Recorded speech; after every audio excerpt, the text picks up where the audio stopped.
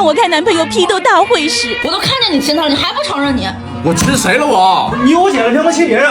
我不是出轨的男人一辈子倒霉。我哥，你这样做真让我恶心。你亲，我可都看见了啊！那流浪狗多不卫生啊！你是真上嘴啊你！是狗，是狗是吧？不是，哎呀，不是狗，喜欢小动物也不能亲啊！哎，这是爱护动物，你懂吗？好，下一个，你是不是跟女人聊天了？我从你手机我都看见了，我告诉你。我啥时候？我去，你怎么这样啊？你怎么能跟别人聊天啊？你一个有妇之夫，能不能少点？我没有，这就是你的不对了。我没聊天啊，我就问你承不承认吧你？我没这不承认。你不承认，我在梦里我都看见了我。